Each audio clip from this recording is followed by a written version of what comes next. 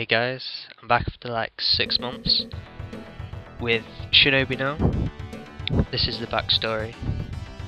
Basically, 3 years ago, there was this evil group called Zed, and they basically took over. But Jun Musashi destroyed them, so they ran off. And then 3 years later, they come back as Neo Zed, even stronger. They come to your dojo, I guess, kill your chief, kidnap your fiance, who's called Naoko, and so your chief tells you to go get revenge. So I've come back. It was going to be my 20 sub special, but when I tried recording, I got nothing but squeaking. People will know if they've seen my WTF video. But now I've got 21 subs, so that's good. And we're on the first level, which is his dojo, I guess. Dojo he trains at. These mummy guys, I guess, they're ninjas, obviously, but they look like mummies to me. They're called Emote, I should say. And you see that he's holding his shurikens out in front of him. That's because I picked up the power, and now the shurikens are really strong, and he can deflect bullets.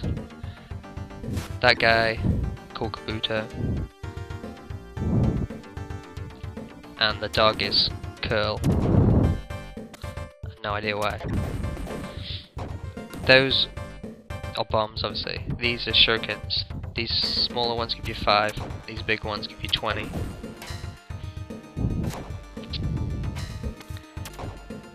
So yeah, back after ages.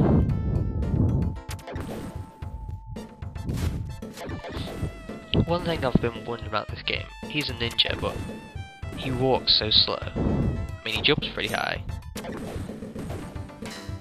and he's like pretty good with shurikens and kicking and all that stuff, but he's just so slow.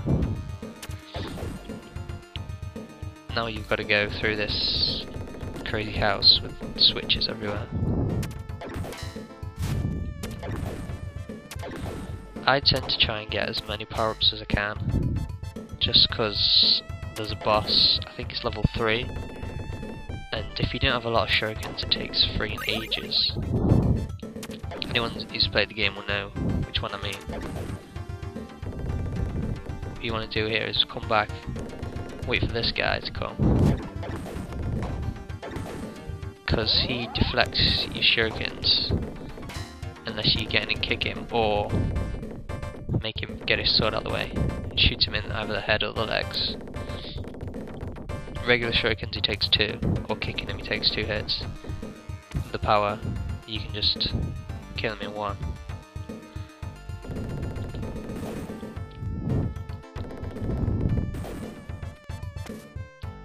Now this part here, oops, not that part. This part is kind of annoying, because you've got to get through here while enemies keep coming out the doors. I got through pretty well, just because I managed to shoot that guy on my first shot. But if you miss, you can get about 10 of them just jumping around in here, and it's really hard to get through. This one you want to jump up to like make him, yeah, not like that. He doesn't usually jump around so much, but oh well. Yeah, the thing about the power as well is you get hit once and you lose it, which is kind of annoying, but it makes sense that if you play perfect you get a big advantage. But it's really annoying if you get a cheap shot and you've lost your power, because the power is really useful on bosses. This guy is pretty easy without, but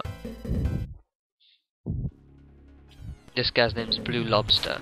What you need to do is get close to him, not let him hit you, and he'll try and attack you. And then you go for his head.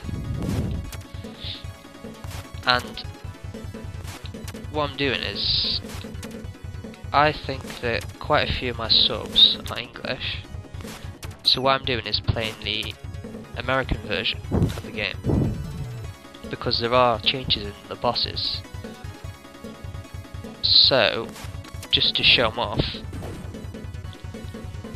I'm going to link all my videos that have bosses in them to a guy who's done boss playthroughs called Stevie FF Master, so you can see the differences. That first boss didn't really have any differences between the two versions, but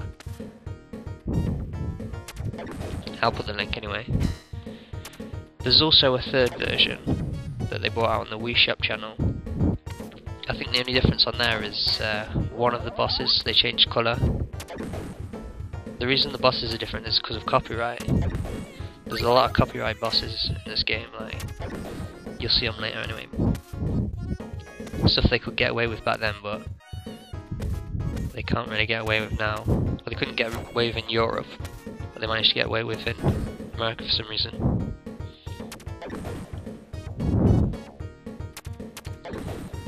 That was stupid. I really didn't like this level because the background, it really hides, not on the rocks, but on the waterfall, it hides shurikens really well.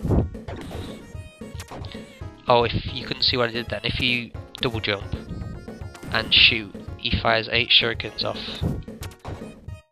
in 8 directions.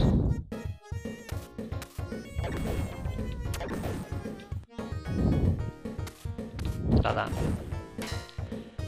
It's kind of wasteful, but at the same time it's really useful.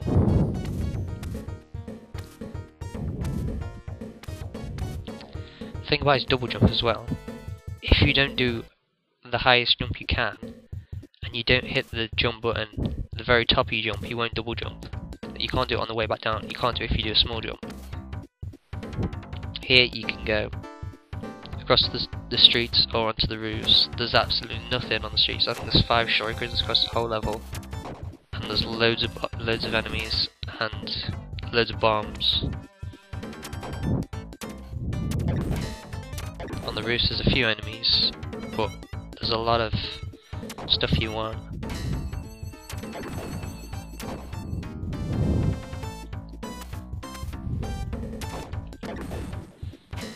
If you want to drop through a ledge, you just duck and then just press jump, so it's not hard getting around. That karate guy is called Red Dragon, or he might be Blue Dragon, I'm not sure. I always thought Blue Dragon was the next guy, but because he's wearing blue, I don't know.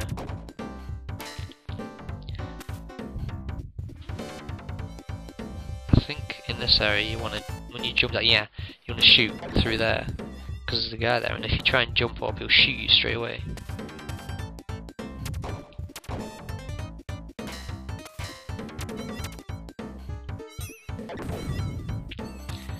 To deflect bullets with the shield, you've got to actually be walking, because you see he doesn't hold them out when he's standing still.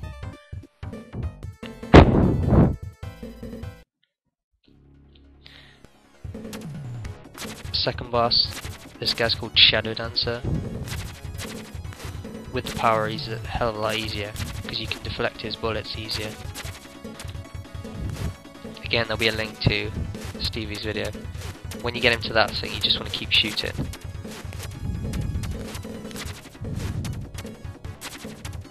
There you go, he's dead. He is also going to put the boss videos as related videos, so if you don't look in the description, it should be along the side in the related videos.